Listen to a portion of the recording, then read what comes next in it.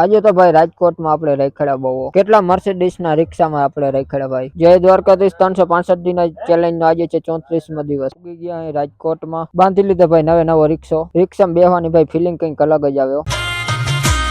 આપણે ભાઈ આજ પ્લેન લઈને જવાનું છે દિલ્હી. ઘર ભેગું થાને ભાઈ. આવી ગયા ભાઈ પ્રિતેશભાઈ ના ફ્લેટે. તાળું ખુલ્યું ભાઈ તારાથી.